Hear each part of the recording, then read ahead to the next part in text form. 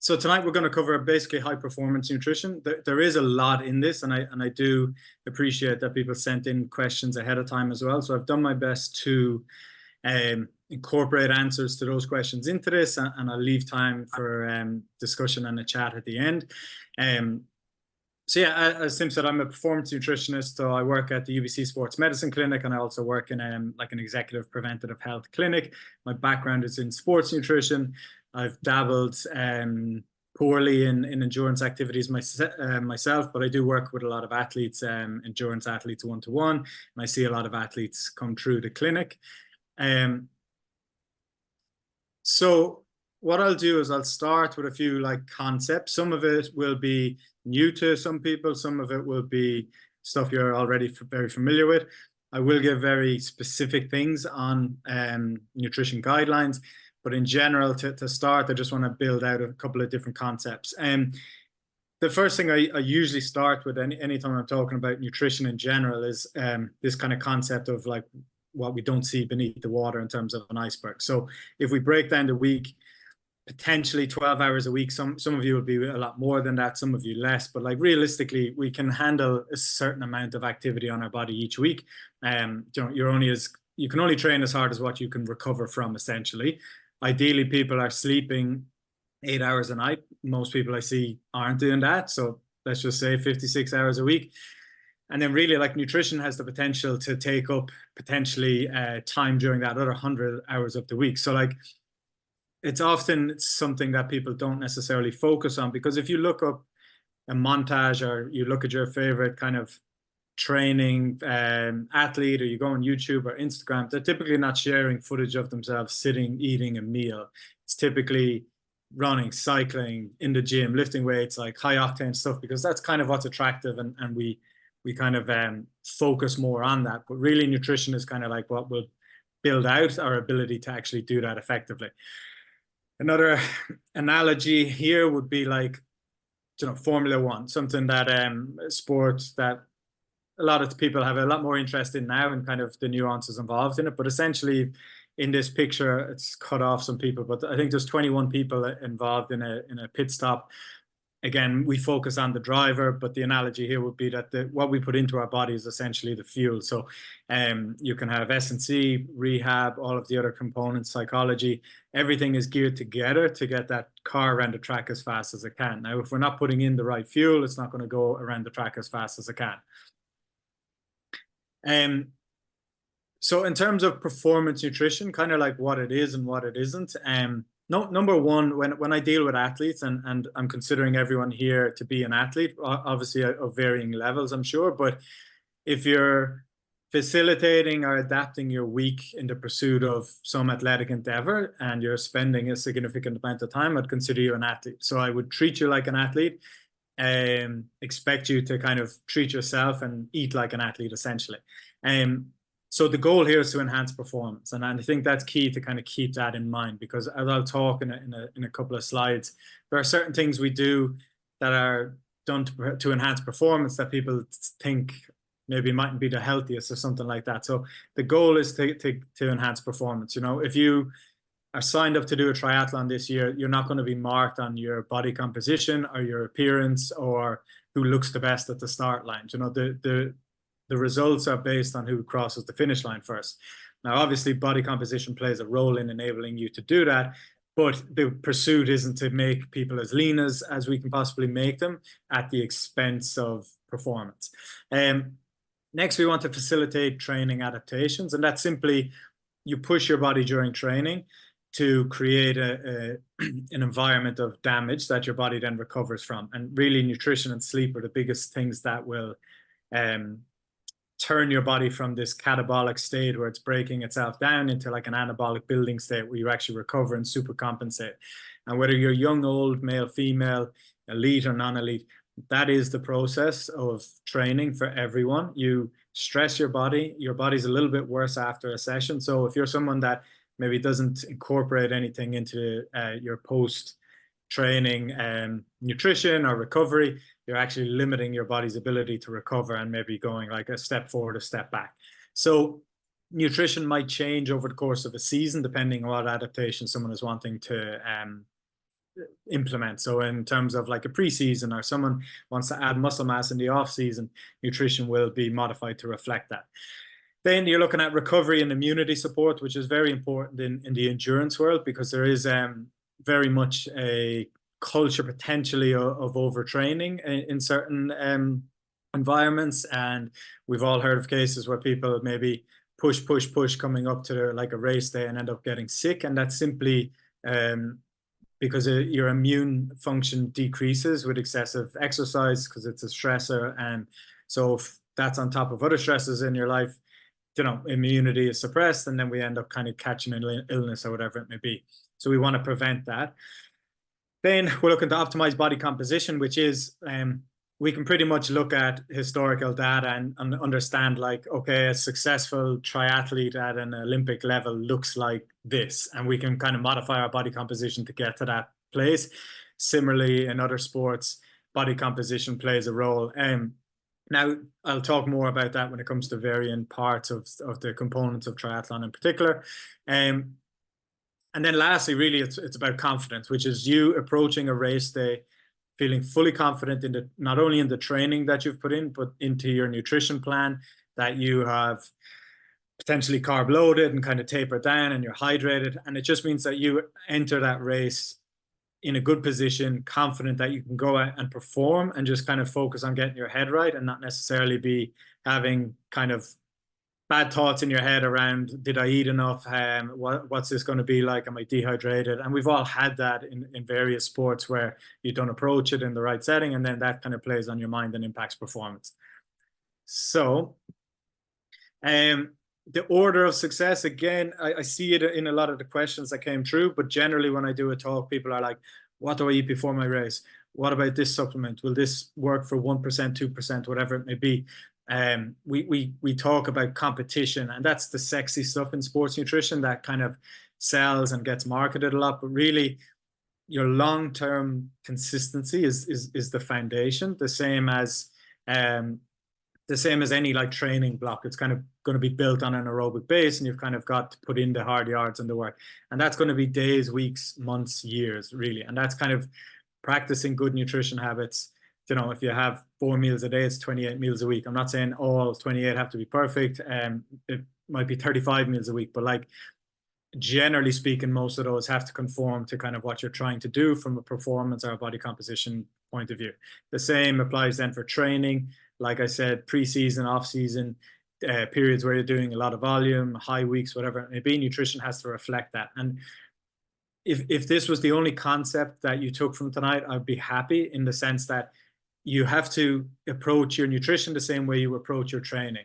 You do not like try and train as hard as you can 7 days a week. You don't burn the same amount of calories every day. You don't put your body under the same amount of stress every day. So your nutrition should kind of reflect that. An easy, obvious example is when someone gets injured, they tend to gain weight because the calorie expenditure is typically decreased, but they tend to eat the same as they were eating because food is more habit-based and we're kind of in a routine.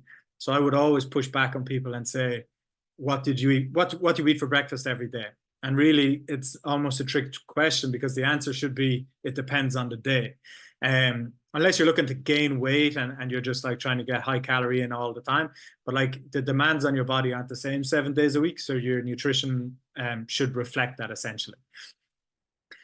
In terms of like historical stuff, I'm not going to go into too much detail, but like the thing that I would say as well is sports nutrition, is complicated and confusing as it may seem when you're on Instagram and there's people on TikTok and there's all this stuff. It's very well understood. We pretty much know exactly what works for 99% of cases. Okay, this is a study that was done in 1924 on Boston marathon runners. So 100 years ago. I think that guy's name is Clarence Del Maire. I think he still holds the record for the most amount of wins in the Boston Marathon. And I think the winning time was like 2:29. But I'll just draw your eyes to the bottom. In making the report, it was suggested that adequate ingestion of carbohydrates before and during any prolonged and vigorous muscular effort might be considerable for presenting hypoglycemia and the accompanying development of symptoms of exhaustion, and a close correlation between the condition of the runner at the finish of the race and the level of blood sugar. So essentially, they looked at people's blood sugars before and after they did the marathon. There was also people that had reported having like candies and jellies and stuff during the race and felt better at the end. And it's like 100 years later, I feel like we're still debating this sort of thing, but like we know what works. There shouldn't be as much confusion. And part of it is brands bring out products, it's marketing, it's claiming innovation, it's whatever it may be. And I've worked in the sports nutrition supplement world as well. A lot of it is like taking the same concepts and just kind of redesigning them or remarketing them in some way. You know, the foods that are available, we're not discovering new foods. Yeah, we might be able to isolate certain things within foods and different delivery mechanisms and whatever it may be compared to then. But it's the same foods on the planet as there were 100, 500 years ago. So I would just give reassurance to people that like it doesn't have to be as complicated as it needs to be. And it will be based on the basics, essentially. And most of the stuff you see is not that new, essentially. I think sports nutrition really, as an area of research, apart from 1924, kind of developed more in like the 50s and 60s, and there's a lot of historical data on like Tour de France and different things. But yeah, it's not that crazy or nothing kind of groundbreaking, really. So just in terms of one of the things I touched on earlier, this is like a really like my triangle of focus that we should all be aware of. And obviously not everyone is like wanting to go professional in terms of their athletic endeavors. So athletic performance is your level, you know, whatever you can consider to be your target. And really, there are three main components when it comes to like nutrition or sports nutrition, and they're optimal health, body composition, and athletic performance. And typically, the closer you go to one of them, it kind of has potential to draw away from the other two. So that yellow circle there is really where we want our athletes to be, where everything is geared toward athletic performance. Now, the reason why it might pull away from optimal health is like, let's say an endurance runner, miles in the legs, is kind of pushing hard, putting their body into a very stress response, potentially under fueling, might lead to issues with relative energy deficiency in sport, which is a thing called REDS, which is where females might have amenorrhea, lose their menstrual function.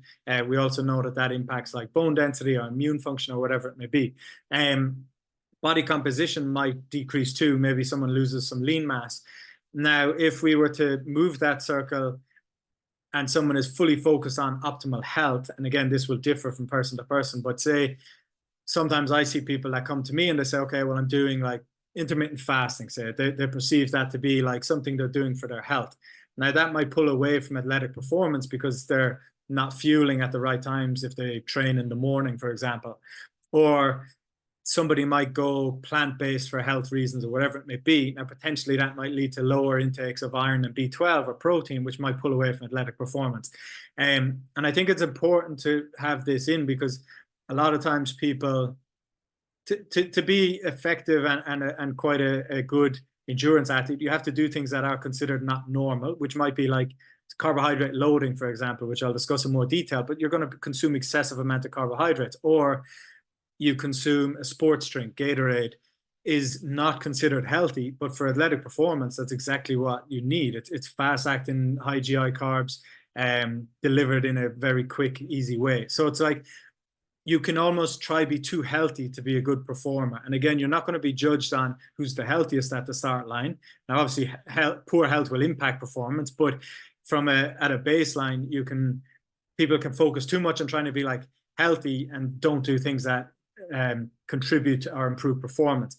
Body composition, the other thing is like, sometimes people go overboard trying to get super, super lean, but that can impact their performance and maybe their body fat drops too much and their immune function drops. Or somebody that does long distance swimming might need to put on some body fat to help with temperature control during like kind of open water swimming, for example. So those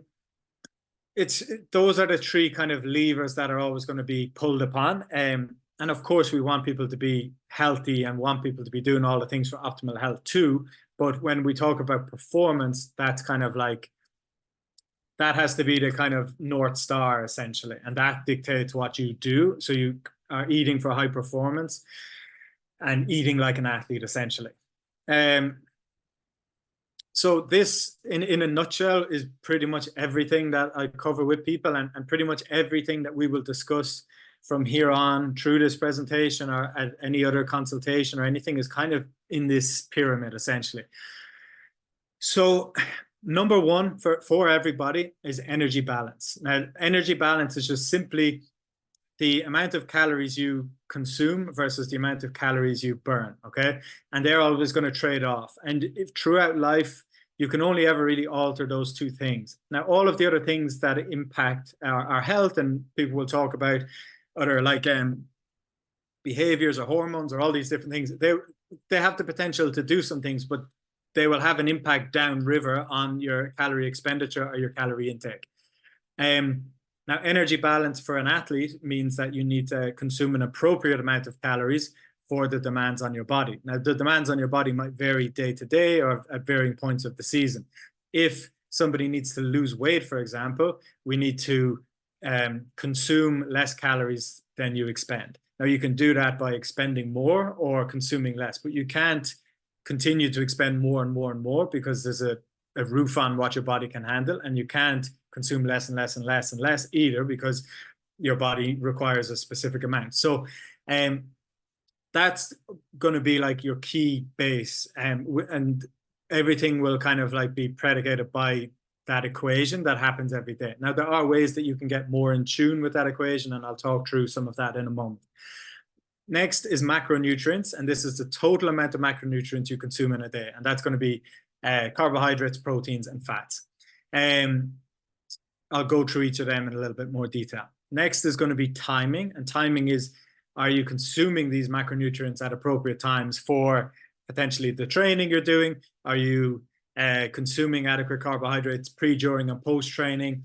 Are you consuming protein regularly throughout the day? All of those things will play a role. But again, timing of protein intake is less important than total protein intake. Food composition then is going to be like micronutrients, vitamins, minerals. Are you consuming a varied diet in colored fruits and vegetables and healthy fats to ensure that your body has all of these things? Again, that's going to be less important than the ones that come before it, but it is a factor.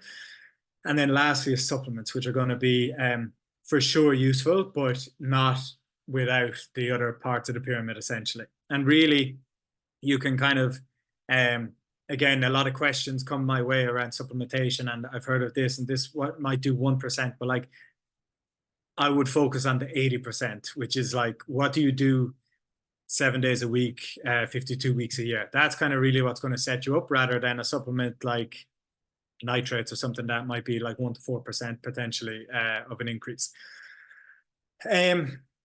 So then to follow on from that, I would say a key principle, and it's really nice to speak to an endurance group because you're already doing all of this. Like anytime I meet endurance athletes, it's great because you're already tracking stuff. You're already deep in the numbers, and you've got like heart rates and wattages and pace per kilometer and whatever it may be. So it's like, all I'm trying to convince people to do is like take a little bit of that effort and move it over onto the nutrition side of things. So like, what gets measured gets managed. So things that I would use in my clinic are in consultations. Number one is like the DEXA scan, just top left.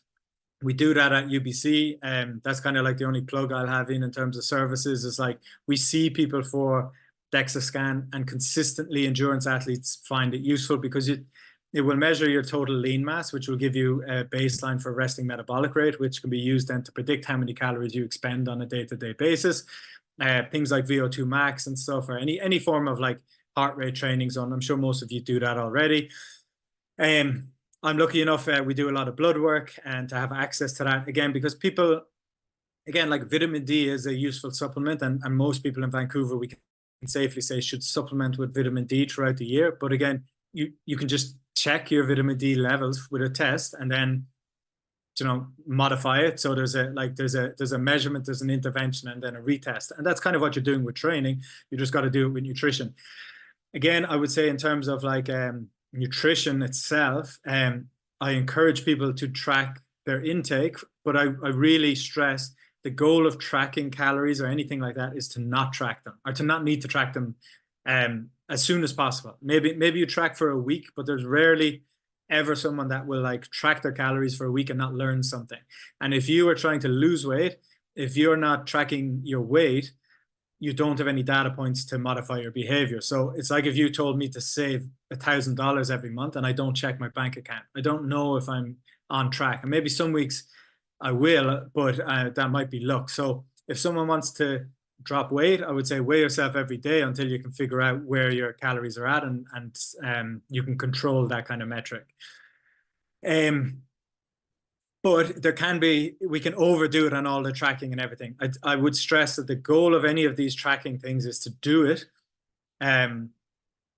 modify your behavior and retest quite quickly until you feel you're in a position where you can kind of like not necessarily feel you have to do this regularly, or you've kind of got, it's like if you drop me in the middle of the prairies in Canada, I've never been there, I would need a map to get around. Now, if I'm there a couple of weeks, I can probably find my way around. It's the same with all this stuff. And 9 times out of 10, people don't know how many calories they consume. They don't necessarily track their weight that often. They don't know how many grams of protein they consume in a day. And again, it's just simple effort, upfront effort, and then you can kind of loosely follow it then. So the 2 biggest factors that affect performance across the majority of sport, but particularly endurance activities, are going to be glycogen depletion and dehydration. And dehydration is going to be fluid loss, like water, but also electrolytes as well that will impact dehydration. And these are both things that you can proactively prepare for via carb intake, potentially carb loading, or just like adequate carb intake day to day, and ensuring that you're hydrated. And again, these are things that can be measured and stuff. So that's where we focus a lot of our kind of attention and effort on this stuff, because I see it consistently where people still don't do these things to a good level. Carbs get demonized for some reason still. So like, again, like the Gatorade example, Gatorade, if I'm sitting at my desk just typing for a day, is not appropriate, because it's like super 40 grams of sugar, high GI carb, it's energy I'm not necessarily going to be utilizing or expending. So potentially that's going to have a negative impact on my blood sugar and such. Now, if I'm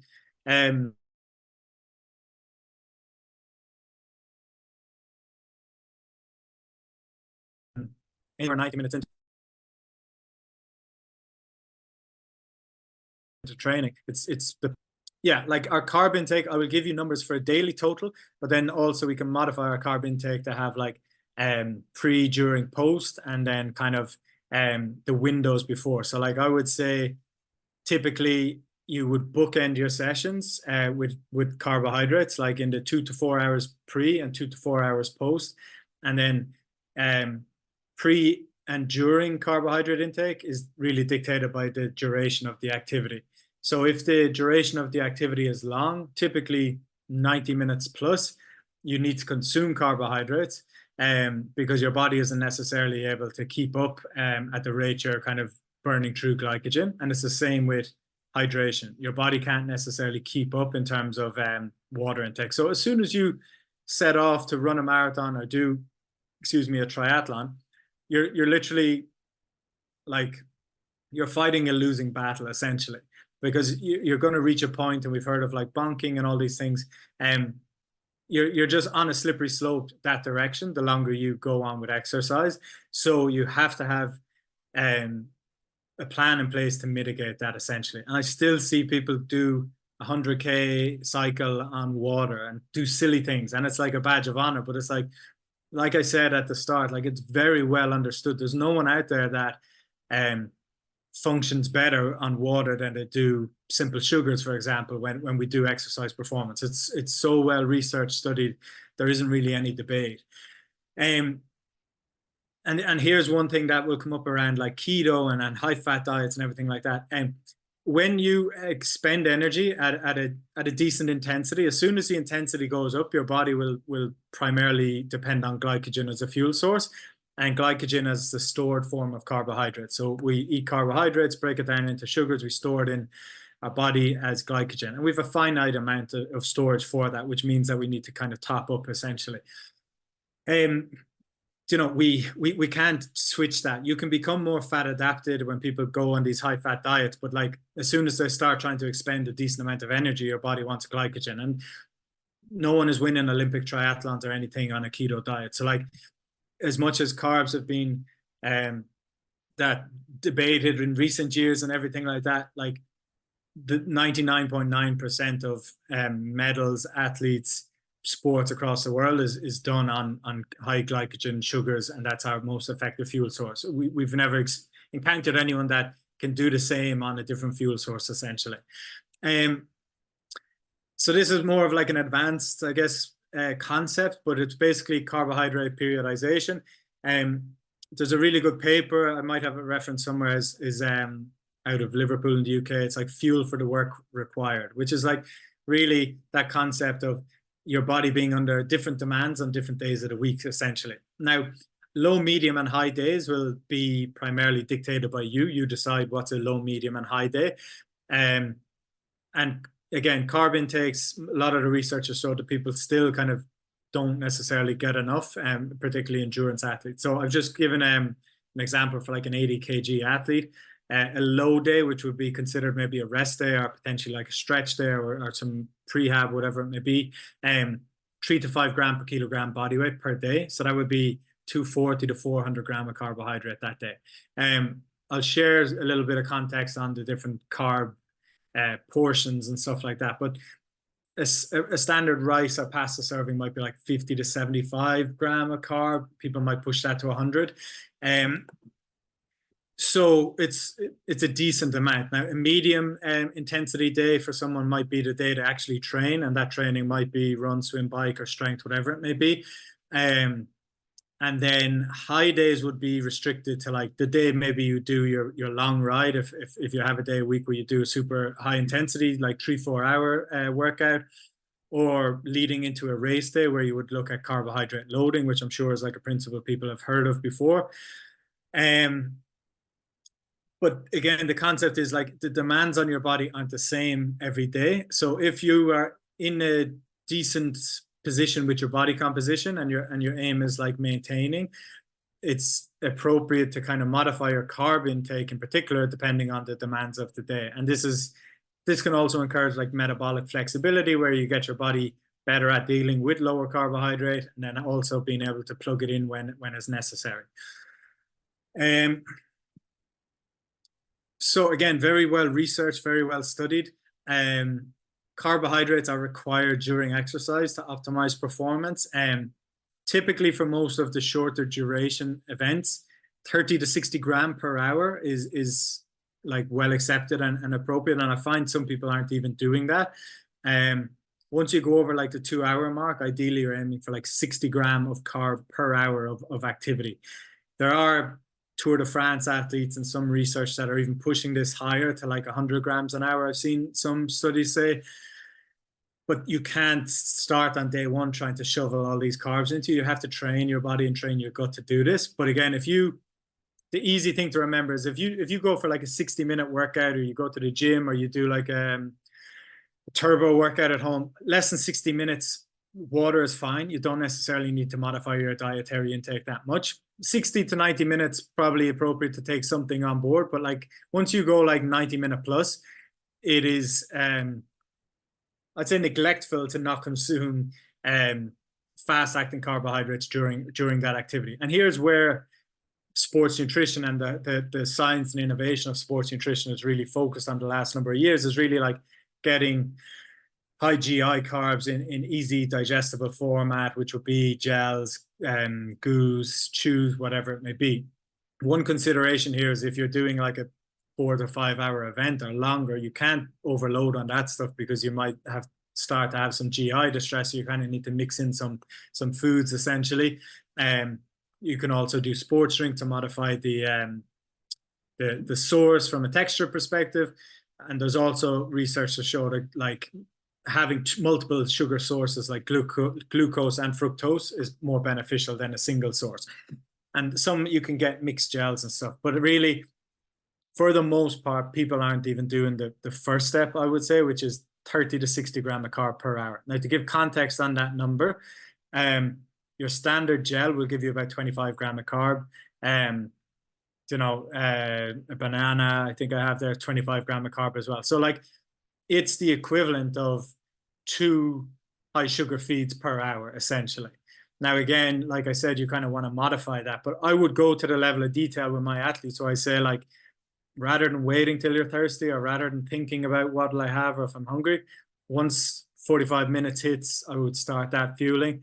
And then every 15 minutes after that, I would be doing the same. Now, again, it won't always be exact, but again, the position you want to be in is that if you've got a race, say, next month, every single thing down to the timing of what you consume during that race from a fluid and food perspective should be already mapped out and already be tested in training. So there's nothing new on race day. Everything is stuff that you're used to, you've trialed it, and it's the same way you plan your training, you plan your weeks, you do all of that stuff. You just have to have the same approach with nutrition. And once you do that, things become a hell of a lot easier. And again, I'm sure people on the line will say, well, I'm perfectly fine. I take a gel on a 2-hour ride. And it's like, the body is great. The body will always adapt and it will get through, but that may not be optimal. And again, there's no real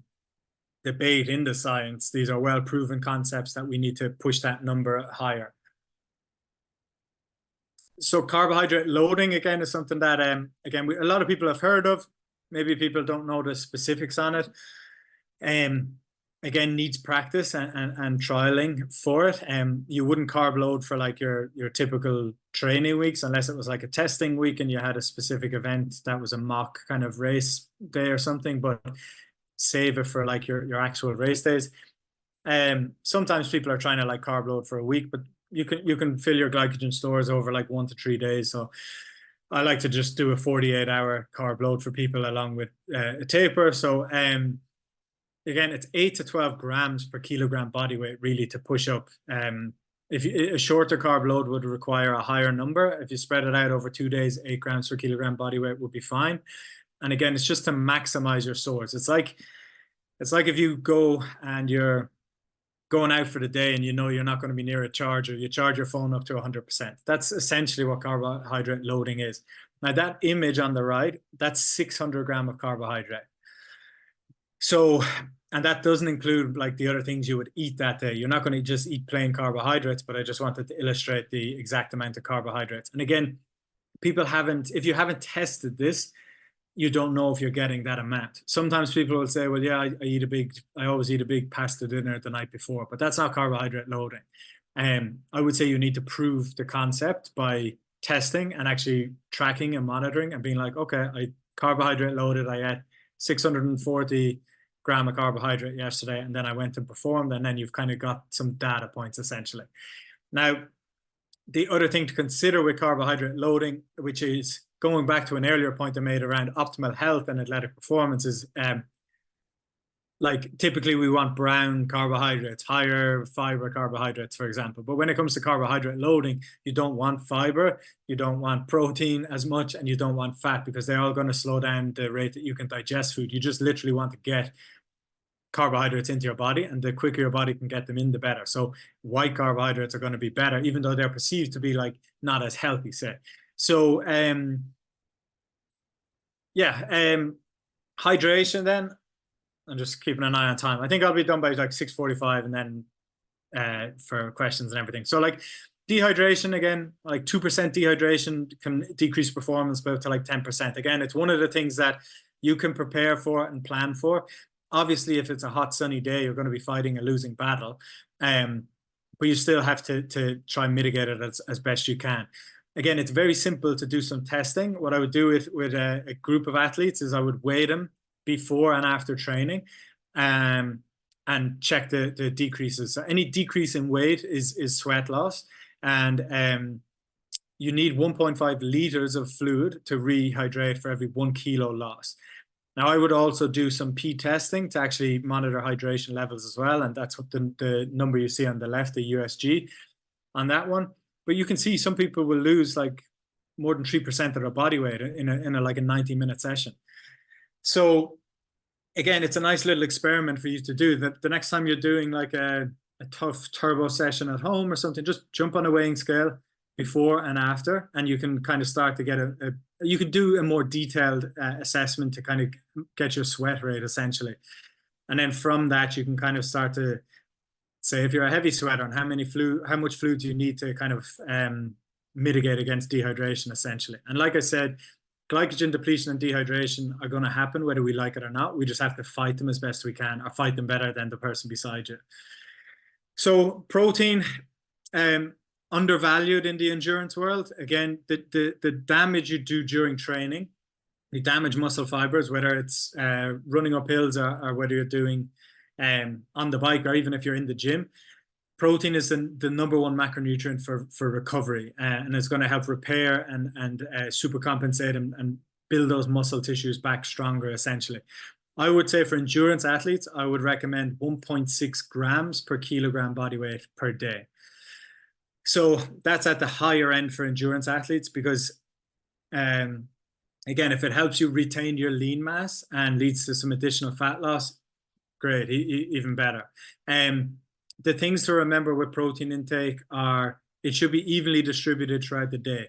So if you have a protein intake of, let's say you need to eat 120 grams of protein in a day, I would ideally recommend like 30 grams of protein 4 times during that day. That's going to have a better impact on your ability to build new muscle tissue than it will if you have like no protein at breakfast, some at lunch, and a big protein dinner. I would say a low protein breakfast is very detrimental to people, and that's typically what people do. So like that's usually one of the things that I'm starting with. I think, Tim, there's one more in the waiting room there. I can't find my cursor on screen, so if you could let him in. AJ, I think. Another thing on protein is protein source, animal v plant. You can hit the same amount of protein on a plant-based diet, no problem. Maybe a little harder in terms of certain considerations, are certain plant proteins don't have the full suite of amino acids. The only other consideration I would say with plant proteins is typically it may cost a higher amount of calories to get the same amount of protein, which just has to be factored in. So it might just take a little bit more organizing. But when I see people and do all these things with DEXA and everything, we've all seen endurance athletes that maybe have like a skinny fat body type, where like they're super light, but maybe carry more body fat. And typically I see that from not strength training and not consuming adequate amounts of protein, because your body likes to trade away lean mass all the time. Fat mass is a stored form of energy, so body likes to keep fat, whereas if we want to get lean, if we keep our protein high, our body will break down fat a bit more too. So undervalued, like I said, 1.6 gram kilogram per day is where I would target and have people go to. And again, do your calculation and then track it for a few days just to see. And if you're on track, then you can kind of continue without necessarily much more effort. Fats then really make up the rest of your calorie allowance in a day, essentially. So we want to like determine how many grams of carbohydrate we need in a day. Protein should stay relatively consistent. And then fat, typically I'll have people anywhere from like 0.7 to 1 gram per kilogram per day of fat intake. Now, again, if your calories are correct, your fat can't be too far wrong, because fat is obviously high calorie. So if someone is overdoing it on fats, their calories would probably be way off. So we definitely don't want to undereat on fat. Plays a lot of important roles in the body and fat-soluble vitamins. Also, super low body fats can be detrimental in terms of immune function and like potentially disordered eating and stuff. So recovery then, like I said, training is to create damage. It's a 2-part process. If you want to get fitter, faster, stronger, you got to damage your body and then allow your body to recover from that damage. And nutrition and sleep are the 2 biggest things that do that. So rehydration, like I said, to ensure that your body can get back into a hydrated state quite quickly. So it's one less thing for your body to deal with. Refueling then is going to be about carbohydrates and energy and really getting glycogen back into the body to enhance recovery quickly. It's a 1.2 gram carbohydrate per kilogram body weight over the first few hours. Now, that's a little bit more detailed. Like I would just say to people, like just get something into you quickly after training. One of the questions that came up on the pre-questionnaire was about intermittent fasting, and intermittent fasting not suiting someone's training schedule. I would say like recovery from training is more important than any continuation of a fasting window. So regardless of if you trained at 4 a.m., I'd say eat after. If you trained at 11 p.m., eat after. If you train at 7 a.m., eat after. You know, eating should become part of your training process in the sense that you do the work, you get a high dose of protein, like 20 to 40 grams in immediately afterwards, ideally, with some fast-acting carbohydrates. The amount of carbohydrates is really dictated by the intensity of the session and how soon your next session is. If it's a multi-day event, it's got to be high carb. If it's pretty chill, it doesn't need to be as high. Micronutrients of importance for endurance athletes: calcium, pretty much around bone density, which I can see a lot of in terms of low bone density; iron for oxygen. Plant-based eaters might want to consider their iron intake or supplement with iron, whatever it may be. Sodium, obviously an electrolyte for dehydration purposes, sodium intake during. Yeah, B vitamins will have a role in energy metabolism. Zinc, magnesium, vitamin D, all super important, and antioxidants as well, which will help in terms of our general day-to-day recovery and immunity as well. I can come back to any of these, but I know I'm pushing on time. So again, supplements, I'm sure people want to talk about. Again, very well researched. There's a lot of kind of crap out there in that sense. And if something sounds too good to be true, typically it is. Caffeine, super, super effective. We know that works really well for endurance activities. It alters even perception of fatigue, increases focus and alertness. Sometimes people will have, it could be anywhere like 3 milligrams per kilogram body weight. So it's more than what people would consume in like a standard coffee. It's the equivalent of a double or slightly higher for the actual effectiveness of it.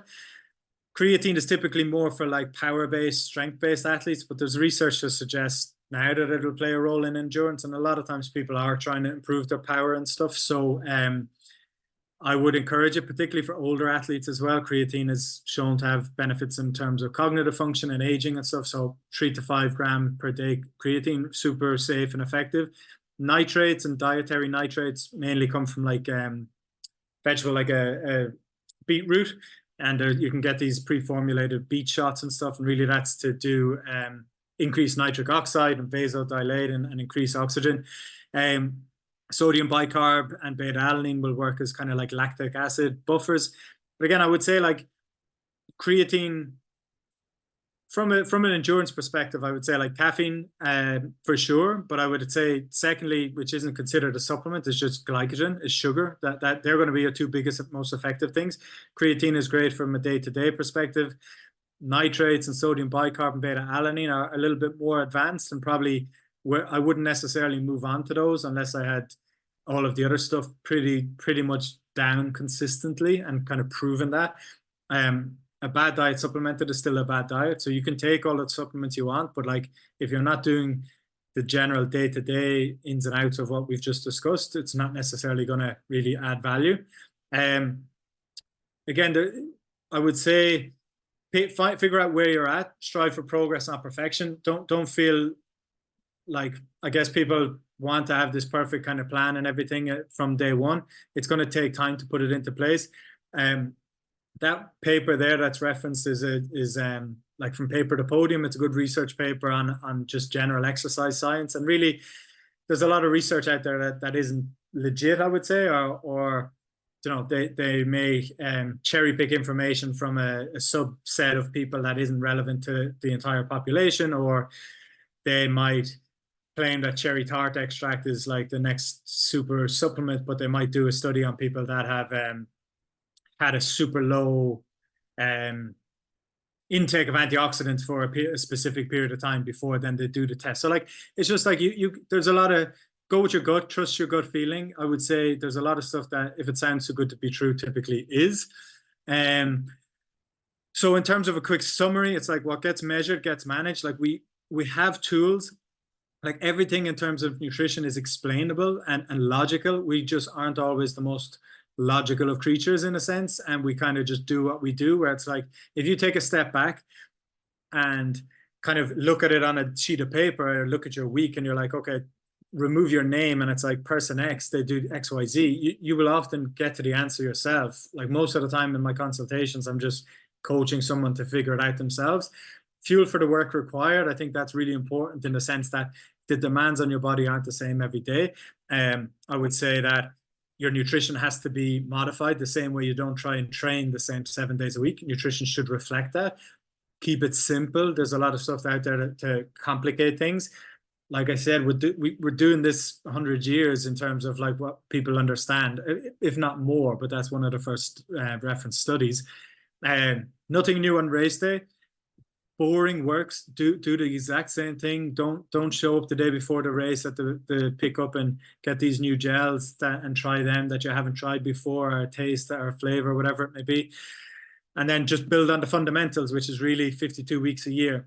And then that's just a nice image, like keep your bucket full. So it's like training, adaptations, like work stress, family stress, relationship stress. Like your body doesn't differentiate between stressors. And it's like sleep, your body can handle a lot under the right conditions, and the right conditions are really determined by your sleep, your day-to-day nutrition, and your general recovery habits. So you do those things well, then you can handle a lot. If you're not doing those things well, something will break. You'll get sick or you'll get injured. So I see there's something in the chat, but I can't see it for some reason. Just quickly, I have some questions listed here, and then I'll open it up. So Alan Kenny Nutrition is my website, or alan@alankennynutrition.com. Instagram is akennynutrition. And I think you'll have a copy of this presentation. So there's a link there to the services we offer at UBC, where we do like one-to-one nutrition consultations, or people come do like a DEXA and a nutrition consultation really as like a start point for their thing. And then I do online work with people as well in terms of consultations, or work one-to-one with athletes, or groups and webinars and stuff too.